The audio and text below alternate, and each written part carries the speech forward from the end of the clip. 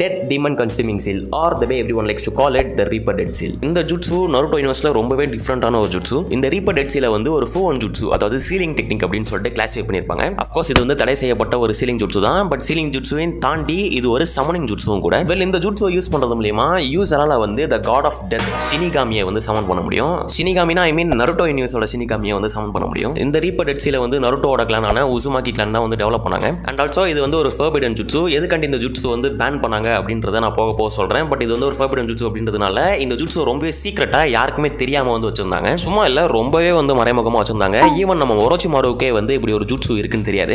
ஒரோச்சிமாரு வந்து இந்த ஃபர்பிடன் ஜுட்சுக்குனே பேர் போனவர். அவர் கிரியேட் பண்ணாத ஃபர்பிடன் ஜுட்சு கிடையாது, அவர் மாஸ்டர் பண்ணாத ஃபர்பிடன் ஜுட்சு கிடையாது. அவ்வளோ ஃபர்பிடன் ஜுட்சு வந்து அவருக்கு தெரியும். அவருக்கே இப்படி ஒரு ஜுட்சு இருக்கு அப்படின்றத ஹிருசன் வந்து இந்த ரீப்பர் டெட் சீலை ஒரோச்சிமாரு மேல யூஸ் பண்ணும்போது தான் ஒரோச்சிமாருக்கே தெரியும். அண்ட் நருட்டோல இந்த ரீப்பர் டெட் சீலை வந்து நமக்கு அந்த அளவுக்கு எக்ஸ்ப்ளோர் பண்ணி காமிக்கல. ஏன்னா ரெண்டு தடவை தான் வந்து இந்த மொத்த சீரிஸ்லயுமே இந்த ரீப்பர் டெட் சீலை யூஸ் பண்ணிருக்காங்க. ஓகே, நம்ம இப்போ வந்து ரீப்பர் டெட் சீல் எப்படி ஒர்க் ஆகுது அப்படின்றத பார்ப்போம். ஸோ இந்த ஜுட்சுவோட கேஸ்டர் வந்து ரீப்பர் டெட் சீல்கான ஹேண்ட் சைன்ஸை பர்ஃபார்ம் பண்ணதுக்கு அப்புறம் அவங்க ஷினிகாமியை வந்து சமன் பண்ணுவாங்க. ஸோ அந்த ஷினிகாமி வந்து யாரால சமன் பண்ணப்பட்டதோ அவங்களோட சோலை அவங்க உடம்புல இருந்து பார்ஷியலா பிரிச்சு தன்னோட முடியால ஷினிகாமி வந்து பிடிச்சி வச்சுக்கும். இந்த சமயத்துல ஷினிகாமி யாரோட சோலை தொடுதோ அப்பதான் வந்து அவங்களால அந்த ஷினிகாமியை பார்க்க முடியும். ஸோ அந்த ஜுட்சுவை கேஸ்ட் பண்றவங்களால மட்டும் தான் வந்து ஷினிகாமியை பார்க்க முடியும். மற்றவங்களால வந்து ஆரம்பத்தில் இந்த ஷினிகாமியை பார்க்க முடியாது. பட் எப்போ ஷினிகாமி வந்து இன்னொருத்தவங்களோட சோலோட கான்டாக்ட்ல வருதோ அவங்களால அப்போ ஷினிகாமியை பார்க்க முடியும். ஜஸ்ட் லைக் டெத் நோட்ல எப்படி அந்த நோட்டை டச் பண்ணாதான் ஷினிகாமியை பார்க்க முடியுமோ, அதே மாதிரி நருட்டோ யூனிவர்ஸ்ல அந்த ஷினிகாமியை வந்து ஒருத்தரோட சோலை டச் பண்ணாதான் அவங்களால அந்த ஷினிகாமியை பார்க்க முடியும். ஸோ யூசர் வந்து காட் ஆஃப் டெத்தை சமன் பண்ணி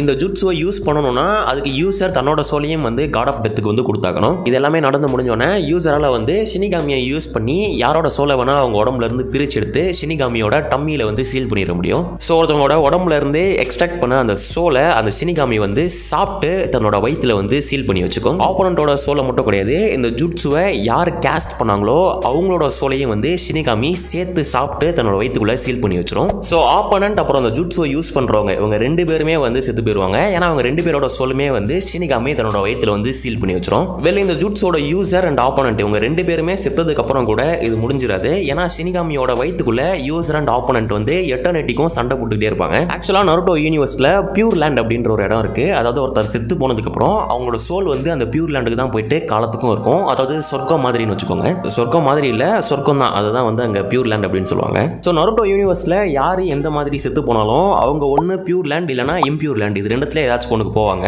ஆனா இந்த ரீப்பர் டெட் சீலை வச்சு சீல் பண்ண ஒரு சோல் வந்து இம்பியூர் லேண்டுக்கும் போகாது, பியூர் லேண்டுக்கும் போகாது, எட்டர்னிட்டிக்கும் வந்து இந்த ஷினிகாமியோட வயிற்றிலே வந்து அடைஞ்சு கிடக்கும். இந்த காட் ஆஃப் டெத்தை வச்சு ஒருத்தவங்களோட சோலை எக்ஸ்ட்ராக்ட் பண்ணதுக்கு அப்புறம் அஃப்கோர்ஸ் அவங்க வந்து செத்துருவாங்க. பட் அவங்களோட சோல் வந்து அந்த ஷினிகாமியோட வயிற்றுக்குள்ளேயே தான் வந்து எட்டர்னிட்டிக்கும் அடைஞ்சு கிடக்கும். வயிற்றுக்குள்ளேயே அடைஞ்சு கிடக்கிறது மட்டும் இல்லாம அங்க இருக்கிற சோல்ஸோட வந்து எட்டர்னிட்டிக்கும் சண்டை போட்டுக்கிட்டே இருப்பாங்க. பியூர் லேண்ட் இல்ல இம்பியூர் லேண்ட், இது ரெண்டுத்துக்குமே போக முடியாது. இதை வந்து நம்ம தேர்ட் ஒகாகையான ஹிருசன் வந்து ஒரோச்சிமாருக்கிட்டே வந்து சொல்லியிருப்பாரு. இதை வந்து தேர்ட் ஒகாகே மூலமா கேட்டதுக்கு அப்புறம் தான் ஒரோச்சிமாரு அவர் லைஃப்ல முதல் தடவை வந்து ஷினிகாமியை பார்ப்பாரு. நீங்க என்டையர் நருட்டோ எடுத்துக்கிட்டீங்கன்னா கூட ஒரோச்சிமாரு இந்த அளவுக்கு பயந்து நீங்க பார்த்தே இருக்க மாட்டீங்க.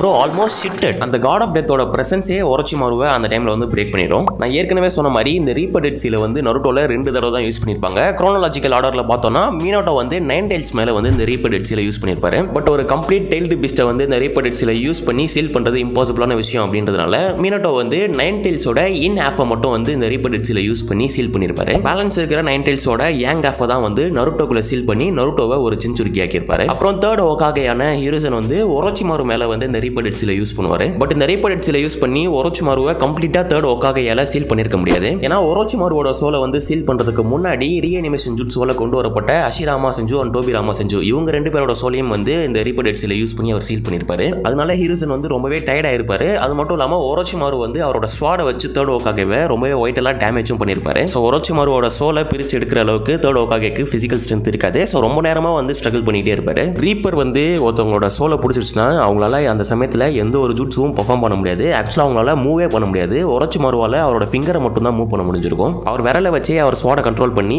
தேர்ட் ஒகாகேவை இன்னும் வந்து டேமேஜ் பண்ணிக்கிட்டே இருப்பாரு ஒரோச்சிமாரு. ஸோ இந்த சுச்சுவேஷன்ல ஒரோச்சிமாருவை வந்து கம்ப்ளீட்டா சீல் பண்ண முடியாது அப்படின்னு சொல்லிட்டு தேர்ட் ஒகாகேக்கு புரிஞ்சிடும். ஸோ ஒரோச்சிமாருவோட சோலை கம்ப்ளீட்டா சீல் பண்ணாம ஒரோச்சிமாரு சோலோட ஒரு சின்ன போர்ஷனை மட்டும் கட் பண்ணி ரீப்பர் டெட் சீலை யூஸ் பண்ணி சீல் பண்ணிடுவாரு. அதாவது ஒரோச்சிமாரு சோலோட கையை மட்டும் கட் பண்ணி ரீப்பரோட வயிற்றுக்குள்ள சீல் பண்ணிடுவாரு. ஸோ ஒரோச்சிமாருவோட 2 கையும் வந்து பேரலைஸ் ஆயிடும். அவரால் எந்த ஒரு ஜுட்ஸுமே பண்ண முடியாத மாதிரி ஹிருசன் வந்து பண்ணிட்டு போயிடுவாரு. அஃப்கோர்ஸ் அவரோட 2 கையிலையுமே வந்து சக்கரா இருக்காது. ஹேண்ட் சென்ஸை யூஸ் யூஸ் பண்ணி அவரால் வந்து சக்கராவை ஃபோக்கஸ் பண்ண முடியாது, எந்த ஒரு நிஞ்சுட்ஸுமே யூஸ் பண்ண முடியாது. ஹேண்ட் சைன்ஸ் வந்து தேவைப்படாத மாதிரி சின்ன சின்ன டெக்னிக்ஸை தான் வந்து அதுக்கப்புறம் ஒரோச்சிமாருவால் யூஸ் பண்ண முடிஞ்சிருக்கும். ஒரோச்சிமாருவோட சோலோட கைகளை வந்து சீல் பண்ணதுனால அவரோட கை கலரே வந்து சேஞ்ச் ஆகி டீகே ஆன மாதிரி ஆகிடும். அது அவருக்கு பயங்கரமான வலியையும் கொடுக்கும். ஸோ அந்த கைகளை வந்து சுனாடேயோட மெடிக்கல் நிஞ்சுட்ஸை யூஸ் பண்ணி சரி பண்ணிக்கலாம் அப்படின்னு சொல்லிட்டு சுனாடே கிட்ட போயிட்டு ஒரோச்சிமாரு ஹெல்ப் கேட்பாரு. சுனாடே அவங்களோட மெடிக்கல் நிஞ்சுட்ஸை யூஸ் பண்ணி ஒரோச்சிமாரோட கையை ஹீல் பண்ணியிருந்தா கூட ஒரோச்சிமாருவால் வந்து எந்த ஒரு ஜுட்ஸுமே பெர்ஃபார்ம் பண்ணியிருக்க முடியாது. ஏன்னா ஒரோச்சிமாரோட கையை ஹீல் பண்ணா கூட அவரோட சோலோட ஹேண்ட்ஸ் வந்து சீல் ஆயிருக்கு. எனிவே சுனாடே வந்து ஹெல்ப் பண்ண முடியாது அப்படின்னு சொல்லிடுவாங்க. பட் அவங்க ஹெல்ப் பண்ணியிருந்தாலும் ஒரோச்சிமாரோட பெயினை சரி பண்ணி அவங்க கையை தான் சரி பண்ணியிருக்க முடியுமே தவிர ஒரோச்சிமாருவால் வந்து எந்த ஒரு ஜுட்ஸுமே யூஸ் பண்ண முடிஞ்சிருக்காது. ஸோ இப்படியே போனால் வேலை காக்காது அப்படின்னு சொல்லிட்டு லிவிங் கார்ப்ஸ் ரீஇன்கார்னேஷன் அப்படின்ற அவரோட ஃபார்பிடன் ஜுட்ஸை யூஸ் பண்ணி இன்னொருத்தவங்களோட பாடியை வந்து அவர் டேக் ஓவர் பண்ணிடுவார். இப்படி பண்ணதுனால அவருக்கு ஒரு புது பாடி கிடச்சிரும், புது கை கிடச்சிரும். பட் ஸ்டில் அவர் ஹேண்ட் சைன்ஸ் தேவைப்படுற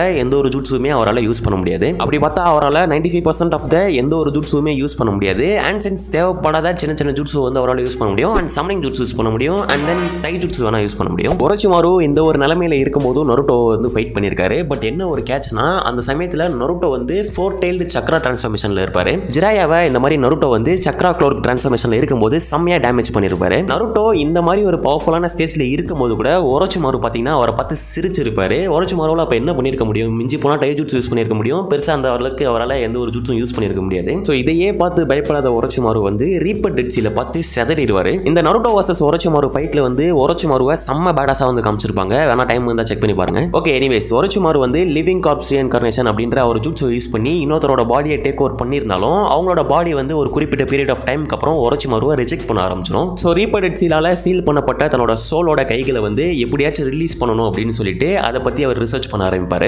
ஒரோச்சிமாரு வந்து இந்த ரீப்பர் டெட் சீலை பற்றி ரிசர்ச் பண்ணிட்டு இருக்கும்போது ரீப்பரோட வயிற்றுல சீலா இருக்கிற சோல்ஸை ரிலீஸ் பண்ணுறதுக்கு ஒரு டெக்னிக் இருக்குது அப்படின்றத கண்டுபிடிப்பாரு. அந்த டெக்னிக் பேர் தான் வந்து the reaper dead seal release. So இந்த ரீப்பர் டெட் சீல் ரிலீஸ் அப்படின்ற இந்த டெக்னிக்கை யூஸ் பண்ணுறதுக்காண்டி உசுமாக்கி கிளான் மெம்பர்ஸ் வந்து ஷினிகாமி மாஸ்க் அப்படின்ற ஒரு மாஸ்க்கை வச்சிருந்தாங்க. அந்த மாஸ்க்கை போட்டுக்கிட்டா தான் இந்த ரீப்பர் டெட் சீல் ரிலீஸை வந்து யூஸ் பண்ண முடியும். ஸோ அந்த ஷினிகாமி மாஸ்க்கை ஒருத்தர் போட்டுக்கிறது மூலயமா த காட் ஆஃப் டெத் ஷினிகாமியை அவங்களால வந்து மேனிப்புலேட் பண்ண முடியும். மேனிப்புலேட் பண்ண முடியும்னா லைக் கேஸ்டர் வந்து இந்த மாஸ்க்கை போட்டுக்கிட்டு என்னெல்லாம் பண்ணுறாங்களோ அதே வந்து அந்த ஷினிகாமியும் பண்ணும். ஸோ ஒருத்தர் வந்து இந்த மாஸ்க்கை போட்டுக்கிட்டு தன்னோட அப்டமனை கத்தியை வச்சு கிழிச்சுக்கிட்டாங்கன்னா அதே மாதிரி ஷினிகாமியும் அதோட கத்தியை வச்சு தன்னோட அப்டமனை கிழிச்சு உள்ள சீலாக இருக்கிற எல்லா சோல்ஸையுமே வந்து ரிலீஸ் பண்ணிடும். அஃப்கோர்ஸ் இதை வச்சு ரீப்பரோட வயிற்றுல சீலாக இருக்கிற சோல்ஸை வந்து ரிலீஸ் பண்ண முடியும் தான். பட் கேஸ்டர் வந்து அவங்களோட அப்டமனை கட் பண்ணிக்கிறதுனால அவங்க வந்து செத்துருவாங்க. ஸோ அந்த ஜுட்ஸுவை யூஸ் பண்ணுறவங்க தன்னோட அப்டமனை கட் பண்ணி அவங்களோட லைஃபை சாக்ரிஃபைஸ் பண்ணாதான் ரீப்பரோட வயிற்றுல சீலாக இருக்கிற சோல்ஸை வந்து அவங்களால ரிலீஸ் பண்ண முடியும். இடன் லீஃப் வில்லேஜோட வெளிப்பகுதியில் உசுமாக்கி கிளானோட ஒரு பழைய டெம்பிள் இருக்கும். அந்த டெம்பிள்குள்ள தான் பார்த்தீங்கன்னா இந்த ஷினிகாமி மாஸ்க் இருக்கும். ஸோ ஒரோச்சிமாரு இந்த மாஸ்க்கை கண்டுபிடிச்சு தன்னோட அப்டமனை கட் பண்ணிக்கிறது மூலமா ரீப்பரோட வயிற்றுல சீலாக இருக்கிற எல்லா சோல்ஸையுமே வந்து ரிலீஸ் பண்ணிடுவாரு.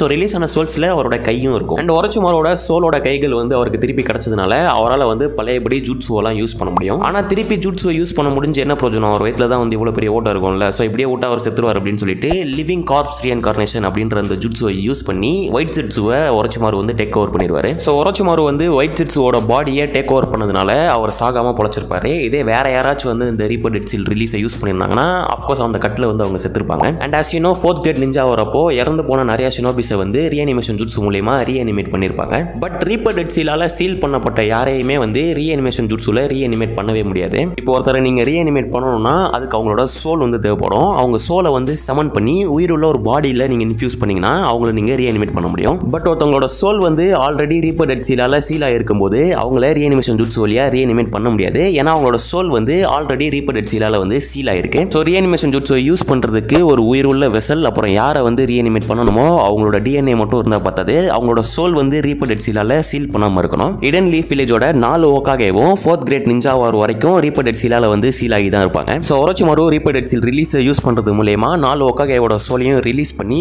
அதுக்கப்புறம் தான் அவரால் எடோ டென்சேவை பர்ஃபார்ம் பண்ண முடிஞ்சிருக்கும். அவங்க 4 பேரையுமே வந்து ரீஅனிமேட் பண்ண முடிஞ்சிருக்கும். ஸோ ஒருத்தவங்களோட சோல் வந்து ரீப்பர் டெட் சீலால வந்து சீல் பண்ணப்பட்டிருந்துச்சுன்னா அவங்கள வந்து ரீஅனிமேட் பண்ண முடியாது. ஒருவேளை அவங்கள ரீஅனிமேட் பண்ணி தான் ஆகணும்னா ரீப்பர் டெட் சீல் ரிலீஸை யூஸ் பண்ணி அவங்க சோலை ரிலீஸ் பண்ணதுக்கப்புறம் தான் எடோ டென்சேவை யூஸ் பண்ணி அவங்கள ரீஅனிமேட் பண்ண முடியும். அண்ட் ரீப்பர் டெட் சீல் வந்து ஒரு ஃபர்பிடன் ஜுட்ஸு, அதாவது தடை செய்யப்பட்ட ஒரு ஜுட்ஸு. எதனால இது வந்து தடை செய்யப்பட்ட ஜுட்ஸு அப்படின்னு பார்த்தோம்னா ரீப்பர் டெட் சீலை யூஸ் பண்ணி ஒருத்தவங்களோட சோலை வந்து சீல் பண்ணும்போது அவங்களோட சோல் வந்து பியூர் லேண்ட் இல்லை இம்பியூர் லேண்ட் இது ரெண்டுத்துக்குமே போகாம ரீப்பரோட வயிற்றுலேயே வந்து சீல் ஆகிடும். ஸோ இது வந்து நேச்சருக்கு அகேன்ஸ்டான ஒன்று. அண்ட் இந்த ரீப்பர் டெட் சீலை யூஸ் பண்ணுற யூசருக்கும் அதே நிலமை தான் வரும். அவங்களோட சோலும் வந்து ரீப்பருக்குள்ளேயே எட்டர்னிட்டிக்கும் வந்து சீல் ஆகிடும். ஸோ இது வந்து யூசருக்கே ஆபத்தாக முடிகிற ஒரு ஜுட்ஸும் கூட. ஸோ இந்த மாதிரி ஒரு சில விதிகளை மீற ஜூட்ஸு அப்படின்றதுனால இதை ஒரு ஃபோர்பிடன் ஜூட்ஸுவாக கன்சிடர் பண்ணப்படுது.